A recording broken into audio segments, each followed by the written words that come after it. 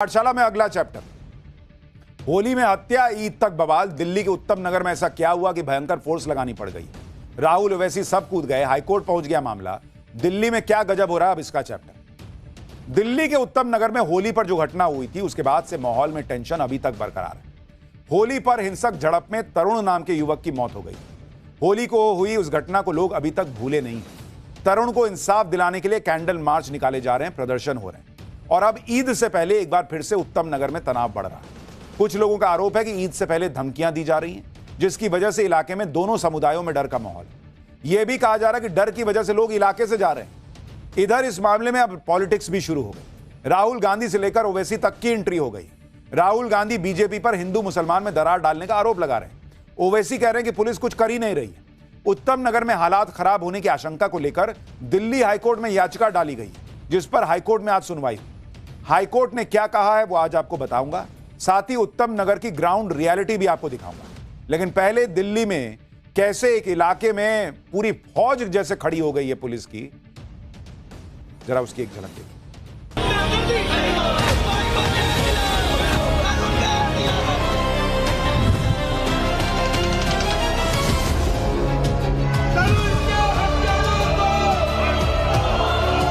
तरुण के घर जिसकी मौत हुई थी, उसके घर जाने वाले तमाम जो रास्ते हैं वो एहतियात के तौर पर अभी तक बंद है। सोशल मीडिया पे धमकी जो दे रहे हैं वो देने दो, उनका प्रशासन अपना काम अपना आप देख रहा है। तरुण के हत्यारों को फांसी दो। आदरणीय होम मिनिस्टर साहब या पुलिस फोर्सेस जो करना चाहिए वो नहीं कर पा रही है।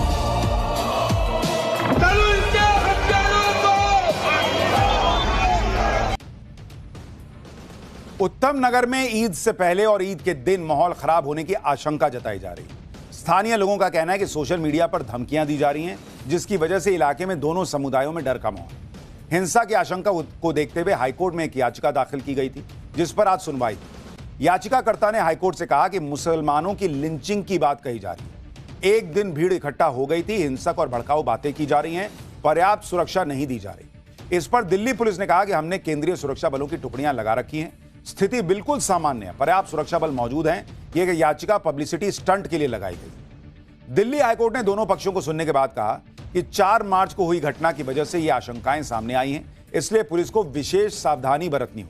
कानून के तहत सभी कदम पुलिस को उठाने चाहिए जिससे वहां शांति और कानून व्यवस्था बाधित ना हो। पुलिस की व्यवस्था ऐसी होनी चाहिए जिससे सभी लोगों में सुरक्षा की भावना पैदा हो, ईद पर माहौल खराब ना होने पाए। समाज के किसी भी वर्ग के किसी भी व्यक्ति को ऐसी कोई भी शरारत करने की अनुमति न दी जाए जिससे माहौल खराब होने की आशंका है। हाईकोर्ट ने कहा कि हमें बताया गया कि सोशल मीडिया प्लेटफॉर्म की निगरानी भी की जा रही है। पुलिस के निर्देश पर लगभग 50 भड़काऊ पोस्ट पहले ही हटा दिए गए हैं। अब तक कुल 174 पोस्ट हटाने के लिए कहा गया है। इसके अलावा पुलिस ने एक वेरिफिकेशन कार्यक्रम शुरू किया है, जिसके तहत इस इलाके में 8,862 लोगों का बैकग्राउंड चेक किया गया है। इलाके में सुरक्षा व्यवस्था का यह इंतजाम रामनवमी के बाद तक जारी रहेगा। हाईकोर्ट ने दिल्ली पुलिस को नोटिस भी दिया है और जवाब दाखिल करने के लिए कहा है। इस मामले में अब अगली सुनवाई 6 अप्रैल को होगी। हालांकि दिल्ली पुलिस ने उत्तम नगर में पहले ही सुरक्षा के कड़े इंतजाम किए हैं। हर तरफ बैरिकेडिंग कर दी गई है, बाहरी लोगों की एंट्री नहीं होने दी जा रही है। जरा देखिए ग्राउंड से एक रिपोर्ट। उत्तम नगर की तस्वीर मैं आपको दिखा रहा हूँ। होली के दिन जहां बवाल हुआ, एक युवा लड़के की मौत हो गई, लेकिन उसके बाद से ही उत्तम नगर की इन तमाम गलियों को बंद कर दिया गया। आप देखेंगे तो तरुण के घर जिसकी मौत हुई थी, उसके घर जाने वाले तमाम जो रास्ते हैं वो एहतियात के तौर पर अभी तक बंद है। ये एहतियात इसलिए बरती जा रही है कि ईद का त्योहार मुश्किल से एक दिन बाद में आने वाला है, तो उस दिन ऐसी कोई बड़ी घटना ना हो जाए, क्योंकि दो समुदायों के बीच लगातार विवाद पैदा रहा है। कौन कौन लोग यहाँ से छोड़ कर जा रहे हैं? जो आसपास के लोग किराएदार हैं भैया, जहाँ तक किराएदार लोग। हाँ, ईद बनाने जा रहे हैं। तो देखिए, होली पर उत्तम नगर में जो भी हुआ उसका असर अब ईद पर दिख रहा है, जिसको लेकर पॉलिटिक्स भी हो रही है। राहुल गांधी ने उत्तम नगर की घटना पर बीजेपी के खिलाफ हल्ला बोल दिया। राहुल गांधी ने कहा कि उत्तम नगर के लोगों ने हिंसा की भारी कीमत चुकाई। एक तरफ एक जवान लड़के तरुण की जान चली गई, दूसरी तरफ एक पूरा परिवार उत्पीड़न का सामना कर रहा है। उन्हें और खून खराबा नहीं चाहिए। खून खराबा केवल बीजेपी और उसका इकोसिस्टम चाहता है, जो नफरत के तवे पर हिंसा की रोटी सेकने के हर मौके का फायदा उठाता है। वो चाहते हैं कि देश हिंदू मुसलमान में उलझा रहे, ताकि लोग ये ना पूछ सकें कि आखिर प्रधानमंत्री देश की रक्षा ऊर्जा सुरक्षा, खाद्य सुरक्षा और सामरिक संप्रभुता को अमेरिका के हवाले करने पर क्यों मजबूर है। इसलिए दिन दहाड़े देश की राजधानी में फिर से दंगों जैसे हालात खड़े किए जा रहे हैं। दिल्ली वासियों से अनुरोध है, किसी बहकावे में ना आए। देश की शक्ति हमारी एकता, भाईचारे और मोहब्बत में। राहुल गांधी बीजेपी पर निशाना साध रहे हैं। दूसरी तरफ कांग्रेस सांसद मोहम्मद जावेद ने गृहमंत्री अमित शाह को चिट्ठी लिखकर कार्रवाई की मांग की। उधर एआईएमआईएम के अध्यक्ष असदुद्दीन ओवैसी ने भी उत्तम नगर की घटना पर बीजेपी को घेरा। ओवैसी ने कहा कि दिल्ली पुलिस की ठीक नाक के नीचे उत्तम नगर में नफरत का अभियान चलाया जा रहा है। इसे रोकने के लिए कोई कदम उठाया जाता नजर नहीं आ रहा। पुलिस ये सुनिश्चित करे कि हर नागरिक सुरक्षित महसूस करे, लेकिन इस इलाके में साफ तौर पर हिंसा का माहौल फैलता जा रहा है और इसे रोकने के लिए कुछ भी नहीं किया जा रहा। यानी राहुल गांधी से लेकर ओवैसी तक उत्तम नगर को लेकर डराने वाली बातें कर रहे हैं कि वहां माहौल खराब है, पुलिस कुछ नहीं कर रही, बीजेपी राजनीतिक रोटियां सेक रही है। इन सारी बातों को उत्तम नगर के लोग नकार रहे हैं। उत्तम नगर के स्थानीय लोगों, खासकर मुसलमानों ने बताया कि डर की कोई बात ही नहीं है। लोग पलायन नहीं कर रहे हैं, बल्कि कुछ लोग ईद मनाने अपने अपने गांव गए। लोग ये भी कह रहे हैं कि पुलिस प्रशासन सही काम कर रहे हैं। सुनिए उत्तम नगर के खुद के वहां के निवासी क्या बता रहे हैं।